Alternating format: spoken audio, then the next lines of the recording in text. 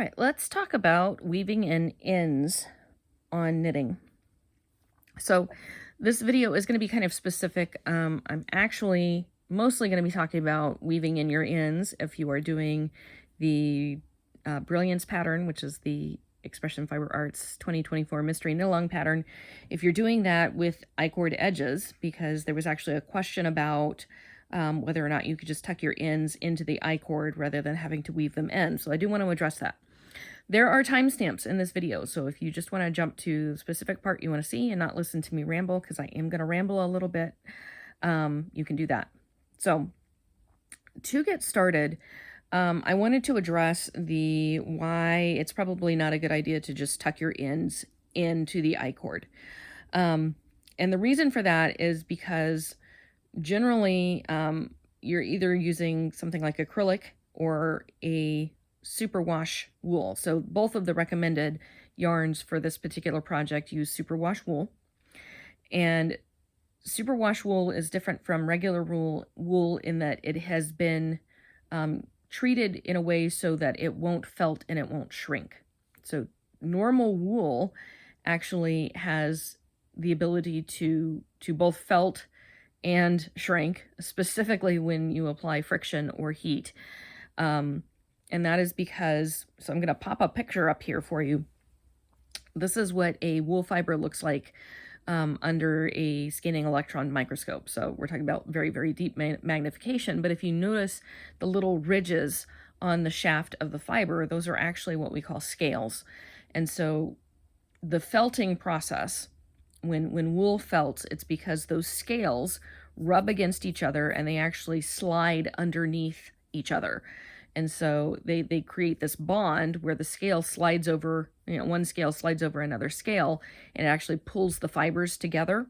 And so if you've ever had like a wool sweater that you ran through the washing machine and stuck in the dryer by accident, the heat and the friction of, the friction of going through the wash cycle and then the heat of the dryer actually causes that to, it may not look felted, but it will shrink. And that's because those fibers have gripped onto each other and actually pulled into each other.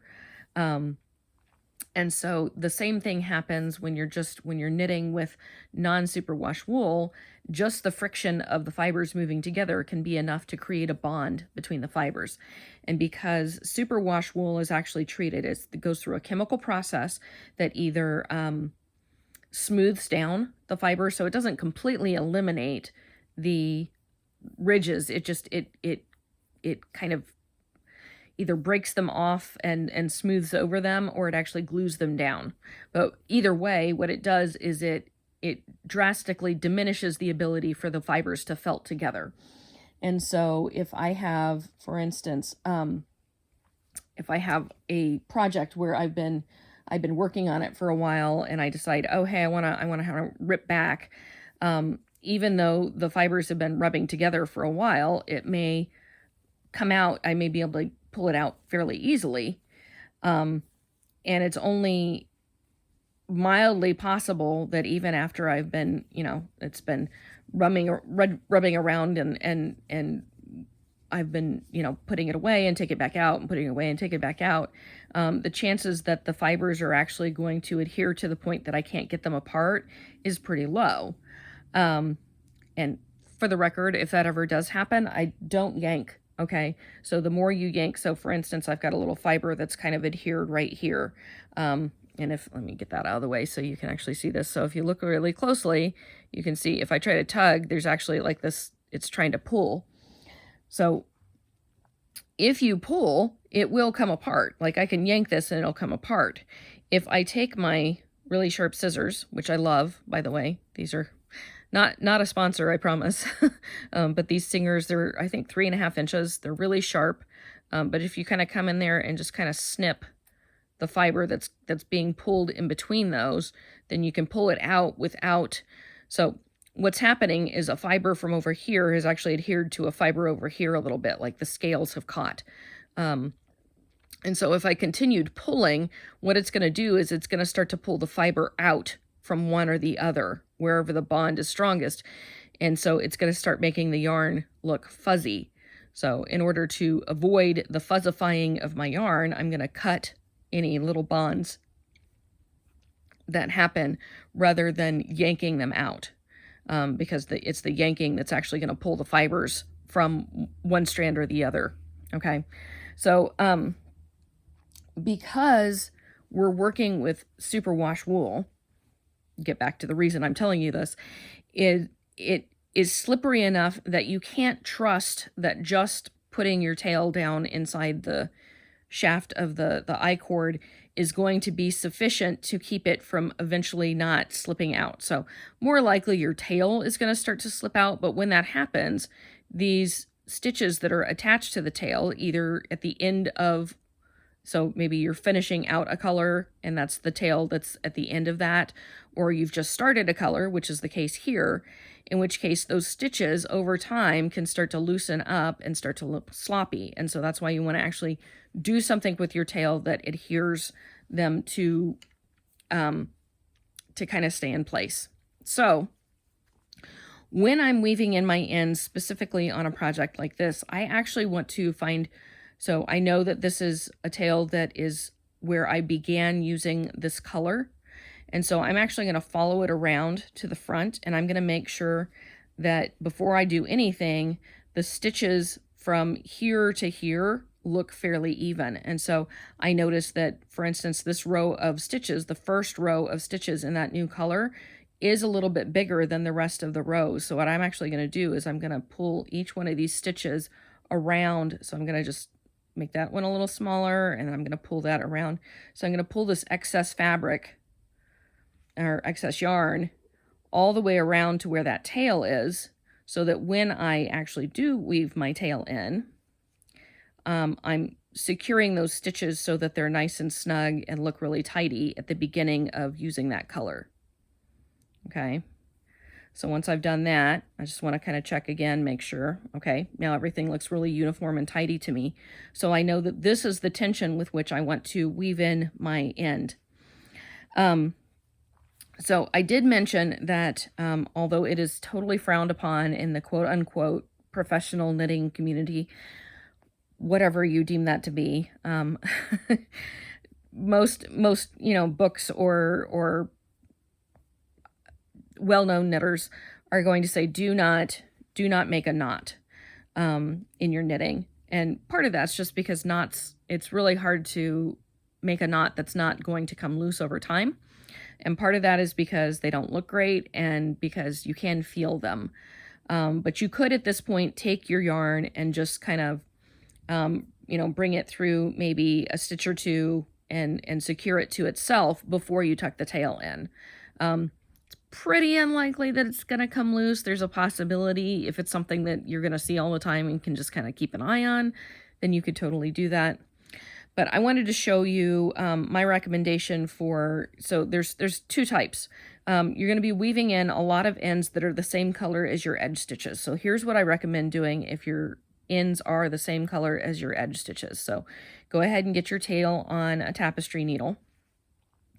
And like I said, you want to come around and make sure that the stitches that are making up the I-cord at the, that first row where this yarn is. So I'm actually going to do this again because that one came a little loose.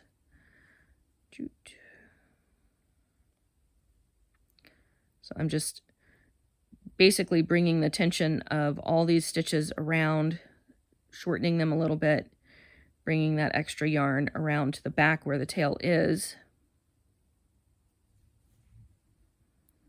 by just pulling each leg one leg at a time, pulling that excess yarn from one leg to the next. All right, so pull that around, check the front again. Yep, everything looks good. So at this point, what I would do is, if you look, you see this, you've got the rows of stockinette stitch running up the edge of the I-cord. So on the back, you have 2 full rows and then the corner, like the edge of the third. So I would come over here to this second, or the furthest to the right on this side of my work. And I'm actually going to just come underneath the right leg of about 5 stitches. I'm just going to come up each leg. So I'm going to go under the leg, pull it through, under the next leg, pull it through, under the next leg. You want to make sure you're going under the leg and not like actually going through the yarn or snagging anything, because you want it to look nice and tidy. Go through this 5th one. So after I go through this 5th leg, and just the leg, this is why blunt tapestry needles are a good idea. That's because you don't want to split the yarn or catch other pieces. Okay, so after that, I'm actually going to come up underneath both legs of the next stitch. So I'm actually just making this hook over the top, like that stitch is already doing. And then I'm going to come down and I'm going to go through the left leg of those same stitches. 1, 2, whoops. Pulled my yarn out of my tapestry needle.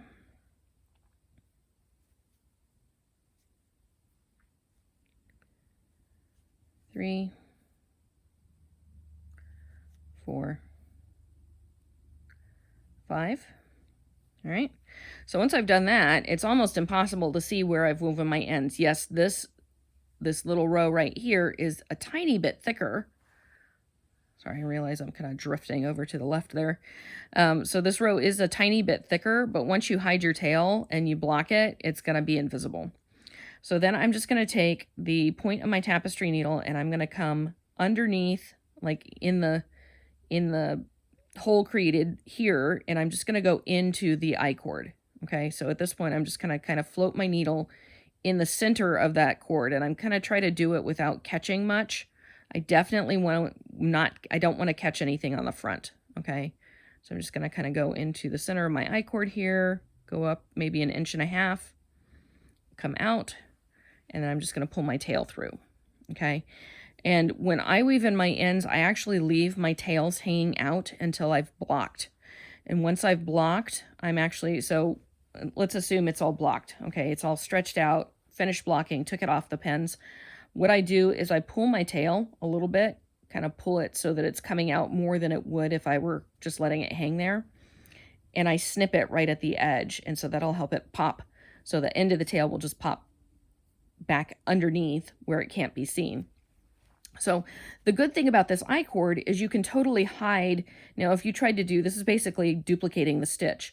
If you tried to do this on like this part of the knitting, that extra thick stitch is going to show through on the front. But because it's on the back of the I-cord, it's not going to show at all because that front of the stitch is hidden inside the I-cord. So that's what I would do if your tail is the same color as the part that you're as the I-cord where it is. Okay, so with this project, you are going to have tails at the edges that do not match the I-cord color, and so I would recommend doing something different with those, probably a more traditional weaving N. So depending on the pattern next to the I-cord, it may be more or less difficult to weave it in without it showing on the back. Don't know if that's important to you. I tend to try to hide my tails in such a way that you can't tell where they are even when you're looking at the back of the work. So here is how I would weave in my tail if I were weaving in a color that isn't the same color as the I-cord. So I'm going to basically try to be going through purl bumps, and I'm going to kind of go in one direction. So kind of go at a diagonal here. I'm going to go under these floats, and every so often I'm just going to actually pick up into a purl bump. So you should be able to tell the difference between a float and a purl bump because the purl bumps are going to be very small. The floats are actually going to be fairly long. So here I'm going under floats, and then right there, I'm going to go actually under this purl bump right there. And each time I do this, I want to kind of check on the front, just make sure nothing's showing on the back before I pull everything through.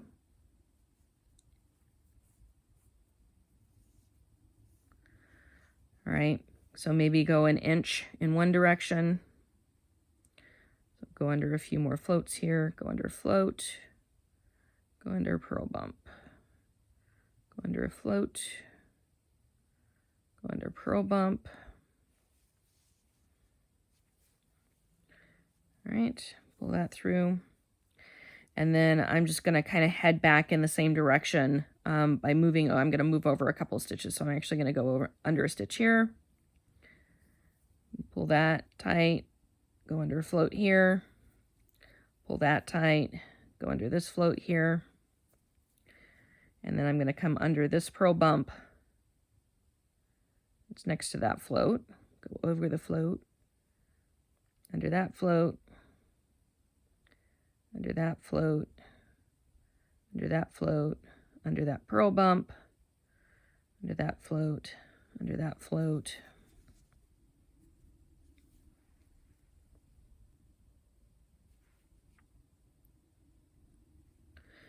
Pull that through. And I want to make sure that none of my weaving is restricting the fabric at all.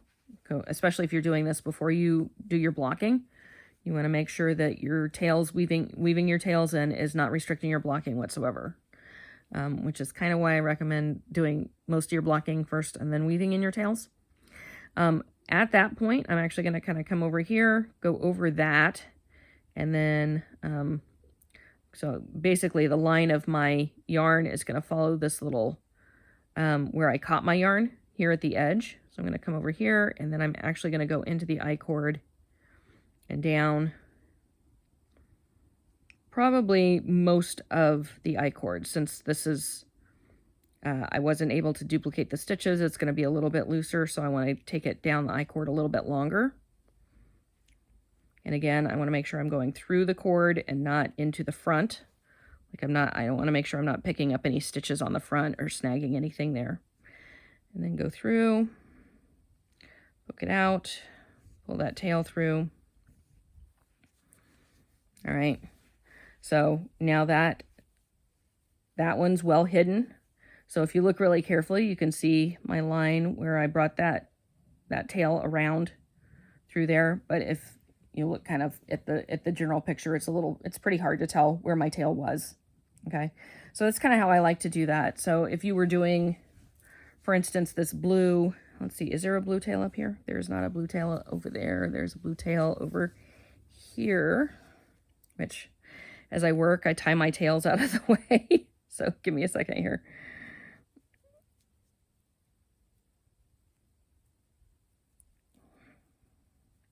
Really what I need to do is get in the habit of, as I work, do the tails from previously when I know I'm not going to rip anything out anymore. But I never do. Do you leave all of your tails to the end like I do? One of my testers, I don't think it was for this project, I think it was for one of my crochet designs, was telling me that she has a best friend who loves to weave in ends. So whenever she's about to finish a project, she basically hands it off to her best friend, and her best friend is like, yay, I get to weave in all these ends. Thank you so much. And I was just thinking, when she told me this story, I was thinking, why do we not all have a best friend that loves to weave in ends? Because I don't know anyone else. It's the only person I've ever heard of in my entire life that loves to weave in ends. It is my... Actually, it's kind of up there with blocking. Blocking just makes me hot and sweaty. Just feels like so much work. Okay, sorry. So my blue tail.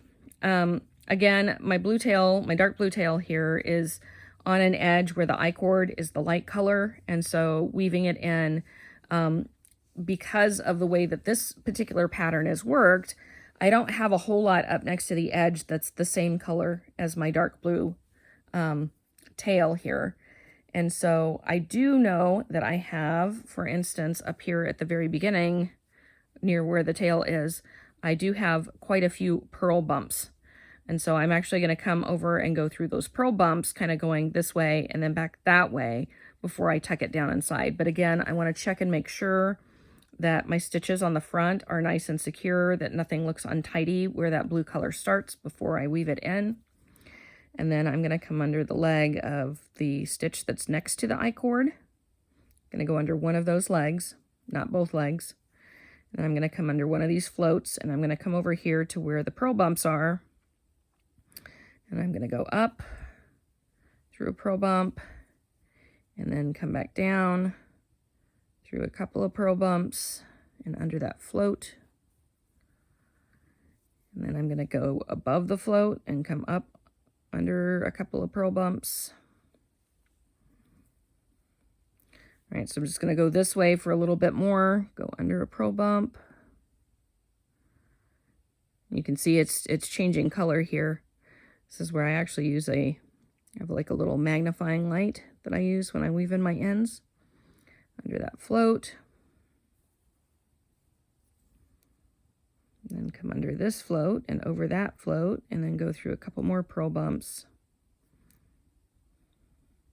Oops. So once I've gotten about an inch over from the edge, I'm just going to check and make sure nothing's showing on the front. And then I'm going to come back in the same direction, trying not to duplicate where I've gone through previously. So I might come through, let's see, I'm going to go through this one. I'm going to come over and go through that.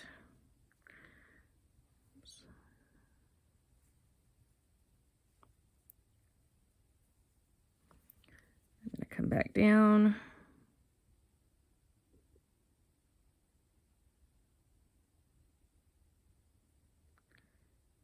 Go under that float.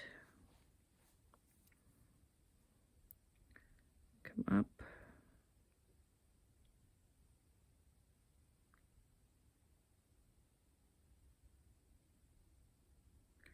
Go under that float. And once I'm back over pretty close to the edge, I'm just going to tuck it down the other. So remember, I went through one leg of this stitch on the edge. So I'm going to go through the other leg of that stitch to get it back over here to the I-cord, and then I can tuck it down inside the I-cord once I've done that. This was kind of a shorter, this one was a little bit shorter of a tail. I like to leave my tails as long as possible. You know, not obscenely long, but enough that I can do the weaving in without it coming out of the tapestry needle, and still have plenty. Like I said, if I weave my tails in before I do the blocking, I do leave them hanging out when I block. So bring it through, and then I would just leave that hanging there until after I've blocked, and then once everything's all blocked out, I'd pull it out just a little bit and snip right up next to the edge of the fabric so that it will pop back inside and be invisible.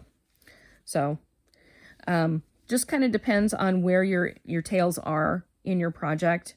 All the ones that are in or near the I-cord of the same color, I would recommend doing that duplicate stitch up and down about 5 or 6 stitches and then tuck it inside.